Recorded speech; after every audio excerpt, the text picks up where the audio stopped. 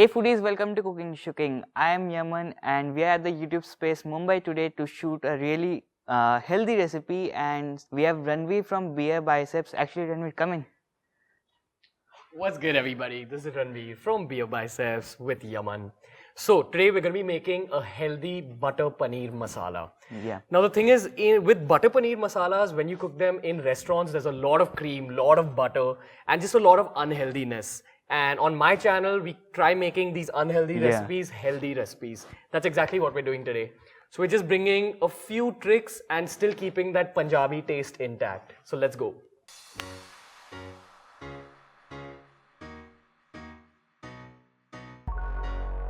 Okay, so the first step in getting your butter paneer masala ready, in restaurants they use butter, but butter isn't a very healthy fat. Remember, the kind of fat you eat also matters a lot. It's not just about the amount of fat you eat. So in today's video, we're going to be using ghee instead of butter. And that's because ghee is high in something called MCTs or medium chain triglycerides. And that is it's very easily absorbed by your body and it doesn't get stored as fat. A lot of the energy from ghee is used by your body. And of course, ghee tastes amazing. So if you're cooking for guests, you can go in with a lot. But then again, it's completely up to you. If you want to save on calories, you can go in with lesser ghee. And you can start the recipe with using cashew nut powder as we have here. Yeah. So I've just taken cashew nuts and ground it up in a mixer. That's it. And we're going to go in with about 4 tablespoons. We're going to roast it, right? Yeah. Kind of. Just start roasting it. Bring out the nutty flavor into the recipe. Yeah. So basically what's happening is cashew nut is a thickener for the gravy. So in most Punjabi gravies, especially in restaurants, they'll probably just take 2 or 3 cashew nuts in the end and grind it up and add it to gravies. It just thickens up and changes the whole consistency of it. The cashews are looking absolutely creamy and great, and the texture looks awesome. Now I think we'll add some ginger garlic paste maybe. Yeah. So ginger garlic paste, another crucial part of all Punjabi cooking. And so not too much. You just want to go in with about little more than 1 tablespoon. Just a little more than 1 tablespoon. So we're just roasting it on a low flame right now. Also, keep in mind that cashews are a fat source. So even though this is a healthy recipe, it is slightly high calorie, but all the fat sources are very, very healthy. So especially if you're going to make this on a weekend or something. This can be a cheat meal maybe. Yeah, it's a cheat meal, but it's a very healthy cheat meal. So I guess we are there, Ranveer. Yeah. Let's go with the tomato puree. Yeah, so once the ginger garlic paste perfume is spread all over your kitchen, you can go in with a lot of tomato puree. Now, the deal with butter paneer or any butter-based gravy is that it's actually a tomato-based gravy. So here, all we've done is we've boiled tomatoes with a bay leaf and about half a cup of water, kind of made a smooth paste out of it. We separated the skin and it's just smooth. And this is going to be the base of the curry. Yeah. So the cashews and the ginger garlic are just adding a little bit of punch. Thickness. Yeah, punch, thickness, flavor. But mainly, it's all about the tomatoes. Yeah.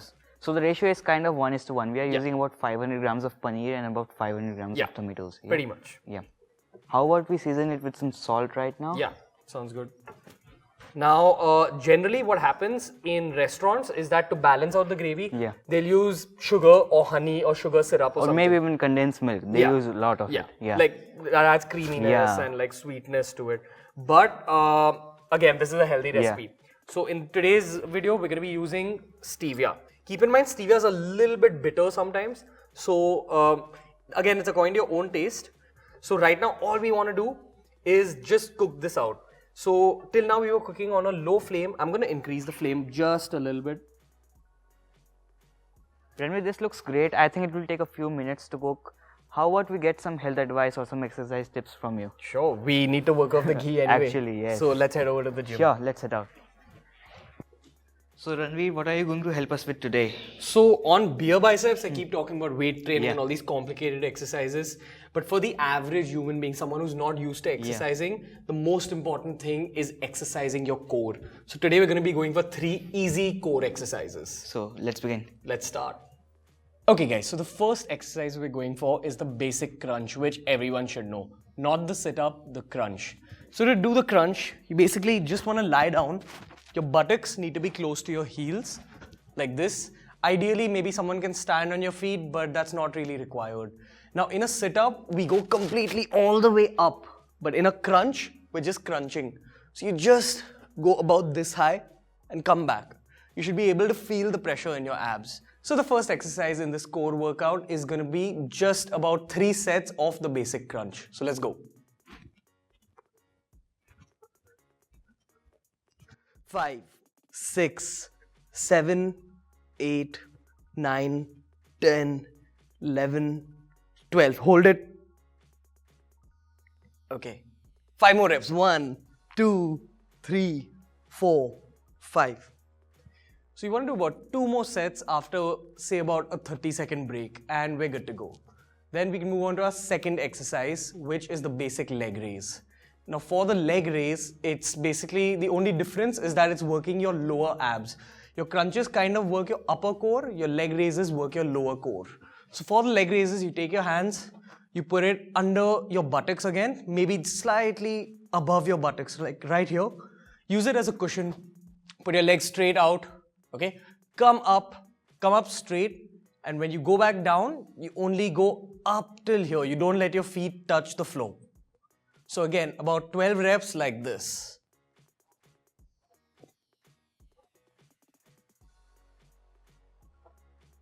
5, 6, 7, 8, 9, 10, 1, 2.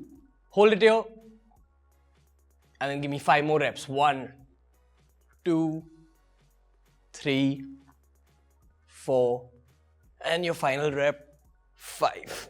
Okay, so we're done with the upper abs. Now we're done with the lower abs, which you're going to do 3 sets of again. And finally, it's time to work the stabilizers in your core. And the best exercise for your stabilizers is the plank. So to do a plank, it's just this, which might be a little bit difficult for the beginners. But if you want to make it a little bit easier, you can balance your weight on your knees and just hold it in this position.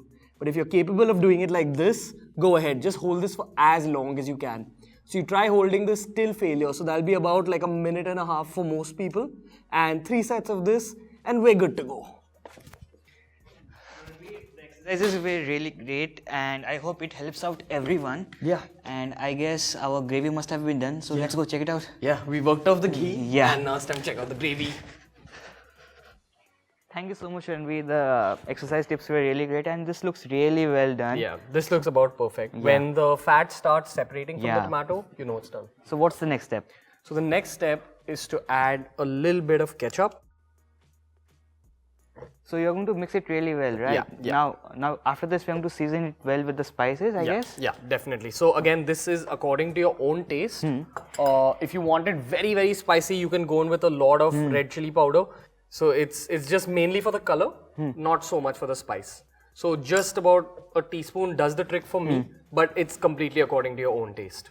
So now I guess we're going to cook it for about a minute or so that we can roast the spices really well. Looks great, smells amazing, I guess. Yeah, smells awesome. Great time to dilute it. Yeah. We're going to add some water to it. In restaurants, again, to just make it a little richer and a little creamier, they'll add cream at the end of the cooking process. But one healthy hack, instead of adding cream, which is actually a little bit unhealthy, you can just first let it mix well. And then, what I've done here is I've just taken a bit of cornstarch, maybe like half a tablespoon, and added about 4 tablespoons, 5 tablespoons of milk. So it kind of replicates that same creaminess. Yeah. So I'm going to go in with that as well right now. And you got to cook this a bit because it's a starch actually. Yeah. So it'll be raw if you don't cook it. So then you just go in with this. So I guess we'll wait for it to cook down for a few minutes, and we're going to prepare the paneer for it, right? Okay, so again with the paneer, you just go in with a little bit of ghee. And you want a coating on the paneer, but you want that coating to have a little bit of flavor. So what I'm going to do is I'm going to take a little bit of green cardamom, maybe maybe 1 or 2 pods. Yeah. So as you can see here, the cardamom's just releasing all its flavors. And if you want, you can also go in with just a little bit of slit chili. Sure, here I have it. I'm going to add a few. Yeah. How about we add some coriander as well? Here are some finely chopped ones. Definitely. This will really flavor the paneer well. Yep. Okay. So let's go in with the paneer. Yeah. And the paneer looks good. We're going to just cook them for a minute. Yeah, you just wanted to absorb all the flavors from the chili, and that's pretty much it. The paneer looks great, and I guess we are done with the paneer, yeah, right? we're done. Let's switch places. Let's go. It's also time to add the paneer. Yeah. Your butter paneer masala is almost ready. You just want to get it nicely coated in the gravy. Finally, the last step, again, completely optional. This is what restaurants do. This is something called Kasuri Methi. It's basically dried fenugreek leaves. So you just take like a pinch of it. Yeah. You crush it like super fine. Brings out a kind of buttery flavor to it. Yeah. And here we got some Punjabi garam masala. Yeah. Just for that end seasoning. So make sure you just get it in there, get it mixed, and we're good to go. That looks amazing, Ranveer. Let's grab a spoon. Definitely. Let's go for it. Little bit with the paneer. Yeah. It doesn't get better than this. Yeah. If you want to make it better, have some carbs with it. Yeah. Maybe like tandoori rotis or brown rice. Yeah, for sure. Anything whole wheat, anything Is great, yeah. Yeah. Maybe even chapatis. Yeah. Yeah, chapatis also. This gravy is so good that it'll go well with anything in the world. So yeah, that's pretty much it. I guess that's all for today. Make sure to subscribe to BeerBiceps for more health tips, advice, exercise tips, and more healthy recipes. And thank you for watching. That's all for today. Subscribe for more food fun. Bye guys. Bye.